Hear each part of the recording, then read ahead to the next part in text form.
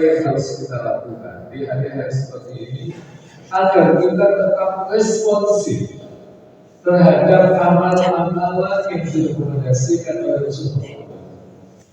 Kenapa ini perlu saya sampaikan? Karena ada fenomena justru di hari-hari puncak bulan Ramadan yang terjadi secara umum adalah degradasi spirit dalam iman kepada Allah. Indikator yang paling mudah kita kenali, kita lihat adalah rata-rata masjid mengalami kemajuan sholat. Betul atau betul? Ini mujahid kalau tarawih masih bertahan berapa sholat? 4 sholat. Hari pertama berapa sholat? Full sampai di luar atau sampai di terasnya. Insya Allah. Ini maknanya apa? Ada hal yang mereka bikin beres. Hati berlaku. Hati kita ini kalau kita tidak sering-sering kita bersihkan malu kotor, itu yang menjadikan hati kita responsif, tidak responsif. Ada sebuah hadis ini bermakna. Ada dalam kitabnya namanya Syu'abul Iman dari sahabat Rasul sallallahu alaihi wasallam yang bernama Abdullah bin Umar radhiyallahu anhu. Kenapa yang diriwayatkan adalah sahabat Abdullah bin Umar? Karena Abdullah bin Umar ini punya akses kepada Rasul sallallahu alaihi wasallam yang relatif agak mudah dan intens. Karena posisi beliau sebagai iparnya Rasul sallallahu alaihi wasallam. Jadi Abdullah bin Umar itu punya saudari kandung namanya Hafsah.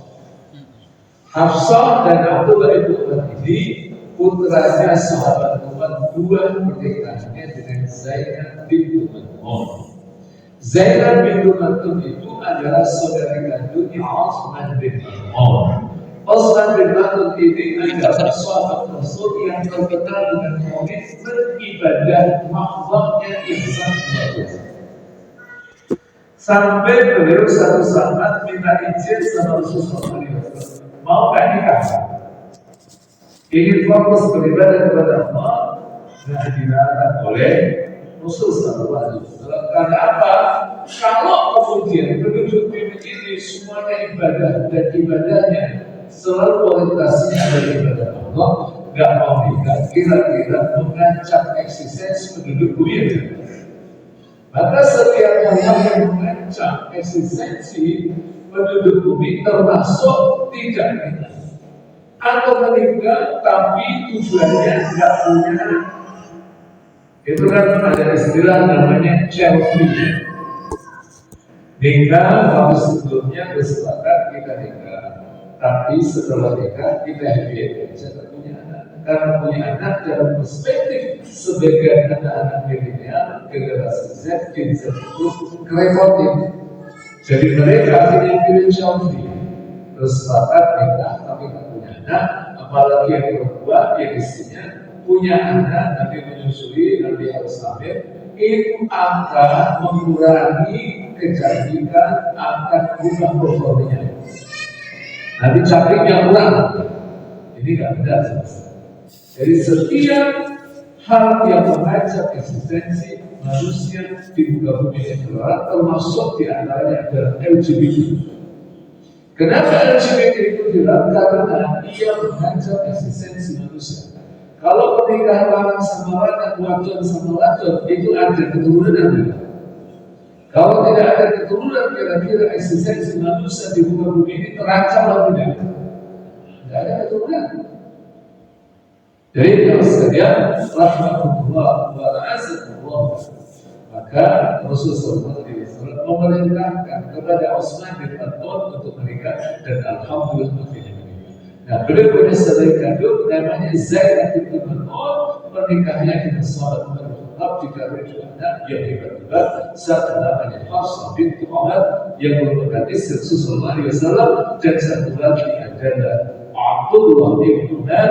Abdullah bin Umar ini perawi hadis paling banyak menunjukkan. Tidak ada sahabat yang secara kuantitas riwayatnya melampaui Abdullah bin Umar, melainkan hanya satu orang, yaitu sahabat Rasul namanya Abu Hurairah. Abu Hurairah ini dia adalah kunyahnya, nama aslinya adalah Abdurrahman bin Sa'ad. Bapaknya kucing, betina kecil yang lucu. Karena apa? Sahabat Abu Hurairah ini sahabat yang cinta sama kucing.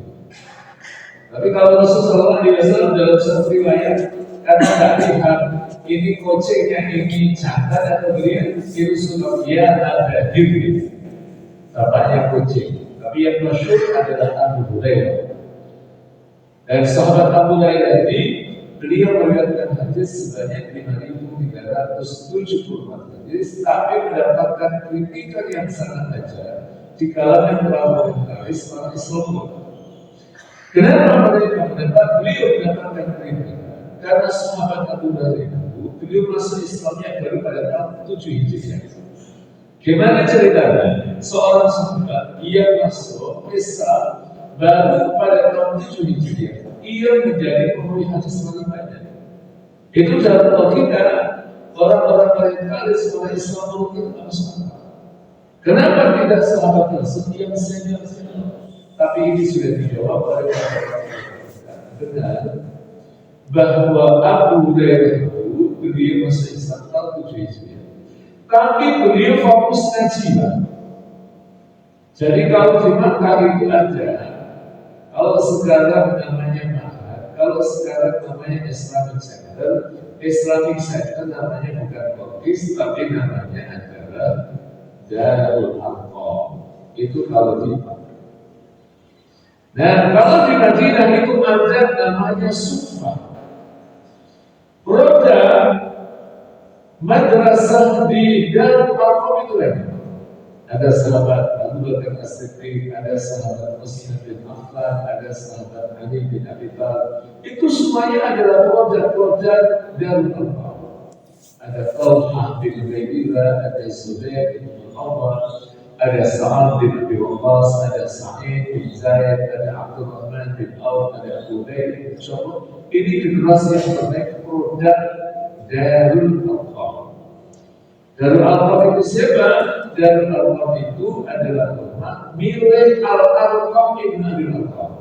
Siapa Al-Arqam ibn Abi Arqam? Al-Arqam ibn Abi Arqam adalah beliau orang dari Bani Makhzum. Siapa Bani Makhzum? Bani Makhzum ini adalah Bani yang berrivalitas dengan Bani Rasulullah. Bani Rasulullah itu namanya Bani Hashim. Sebelum Rasulullah SAW Muhammad diangkat jadi Nabi dan Rasul, dua Bani ini berrivalitas. Prestasinya melampaui satu yang dengan yang lain, dan beberapa ahli sejarah itu mengungkapkan bagaikan dua kuda yang sedang berlomba yang melampaui satu yang lain. Tapi ketika Muhammad SAW diangkat jadi Nabi dan Rasul, sudah Bani Makhzum itu kalah. Maka kalau nanti Bapak Ibu sekalian mencermati, kenapa orang-orang Bani Makhzum banyak yang menolak itu punya akar sejarah? Karena mereka berikhtiar. Tokohnya di antaranya adalah bapaknya Khalid. Dan saya punya anak namanya Khalid juga. Tapi ini bapaknya Khalid namanya Al-Walid. Namanya Al-Walid bin Mughirah. Maka Khalid itu adalah nama lengkapnya Khalid bin Walid bin Mughirah. Nah, Al-Walid ini posisinya sebagai seorang kafir. Sampai meninggal dia tetap kafir. Dan Al-Walid bin Mughirah ini jelas sekalian yang disebut oleh Allah di surah Al-Mudaththir. Dzarni wa man khalaqtu wahidan wa ja'altu lahu malan mamdudan wa mahattu lahu rizqan. Yang dimaksud adalah Al-Walid bin Mughirah, orang yang diberi kekayaan yang berlimpah, orang yang diberi anak yang banyak tapi tetap aman. Tetap karena si Walid bin Mughirah tamak qoloho. Yang bertutur itu bukan orang yang hartanya melimpah, tapi orang yang cukup. Bapak Ibu pilih harta yang melimpah, punya harta yang melimpah atau harta yang cukup? Melimpah dan cukup. Ingin yang melimpah, harta melimpah dan cukup segalanya. Cukup melimpah. Cukup melimpah. Cukup Pak. Kenapa? Kalau melimpah Bapak Ibu kasus-kasus korupsi hari ini, kasus-kasus suap hari ini itu menimpa orang-orang miskin, pejabat miskin atau pejabat yang kaya raya. Kaya raya. Apa yang terjadi di Depok? Di Depok. Kasus suap itu yang namanya hakim gajinya gede atau gajinya kecil. Gede. Itu pensiunnya itu panjang atau pendek? Panjang. Ya, kalau karyawan biasa rata-rata kalau di perusahaan itu 55. Saya hari Rabu kemarin isi di pengadilan negeri. Ada 2 jemaah yang mungkin jadi habis saja ngobrol dengan mereka. Kapan pensiun? Masih lama sana. Terus umur berapa kalau hakim pensiun? Kalau sekarang regulasinya 67 tahun. Tapi ada indikasi mau diperpanjang jadi 70 tahun. Jadi kan panjangannya panjang gajinya gede lagi kan? Tapi gaji gede ya kan uang yang melimpah, tapi pada waktu yang bersamaan ada godaan yang lebih menjanjikan. Gajinya puluhan juta, godaannya miliaran, imannya lagi turun, kira-kira mohon maaf, itu insya Allah jebol atau jebol? Jebol. Saya punya adik kelas. Itu awalnya kita ngadain reuni lintas generasi, lintas angkatan. Itu kita senang punya adik kelas bangga dia yang pintar. Ya kemarin ramai tentang kasus problem. Jadi kita promosikan sama adik-adik kelas kita. Masya Allah, ini kita punya alumni alhamdulillah punya karir muncak. Jalan-jalan anak lulusan aliyah jadi hakim tipikor lagi sering. Bahkan sempat ketika saya pulang, nah balik ke Jakarta itu bareng. Jadi semalaman kita di bis itu kita ngobrol terkait dengan dunia itu. Ngobrol bersama. Berapa gajinya hakim antum itu? Berapa gajinya hakim antum? 150 juta. Hakim antum ya itu, tapi sekadar itu godaannya luar biasa. Godaannya luar biasa. Tapi saya kaget ketika media ternyata ada KPK yang ke Jepara. KPK ke Jepara, dia menemukan uang miliaran di bawah Pakijun. Itu ada uang. Jadi kita sudah sedih, dia sudah bicara, kesejahteraannya luar biasa. Tapi godaannya miliaran. Jadi problem orang-orang kita seperti ini itu adalah terkait dengan manajemen. Jadi silakan Bapak Ibu sekalian, kalau berinteraksi dengan bos-bos itu rata-rata kalau mereka jadi pejabat itu mereka sibuk atau sibuk banget. Orang pejabatnya sibuk juga saja. Ada teman-teman yang mereka sudah kapok-kapok, nggak mau saya menaikkan karir saya jadi eselon. Eselon juga aja sholat di bawah waktu itu susah. Harus rapat nanti dengan menteri. Itu kalau turun yang bisa jadi jam 2, nanti isyaknya bisa jadi jam 12 malam karena rapatnya itu menantang. Makanya dulu saya pernah ditanya, gimana ini Pak Ustaz? Ada seorang menteri, kok dia hafal Quran, dia ahli fikih, dia ahli usul fikih, kok punya urusan dengan KPK? Jawaban saya sederhana. Selama seseorang itu tidak sampai derajat Nabi, imannya itu sama. Yazidu wa yanqus. Kadang naik dia. Kalau naik sih tidak ada masalah. Tapi kalau turun, digoda dengan pemilihan, iya kan? Kira-kira lolos atau lolos? Itu bisa. Dan itu rata-rata mereka mengakui. Saya pernah diminta untuk isi diri yang jaga di Ibu Menteri. Jadi waktu itu saya tanya sama ibu-ibu. Jadi ini ibu kan mereka isi-isi dari para direktur-direktur di BUMN ini.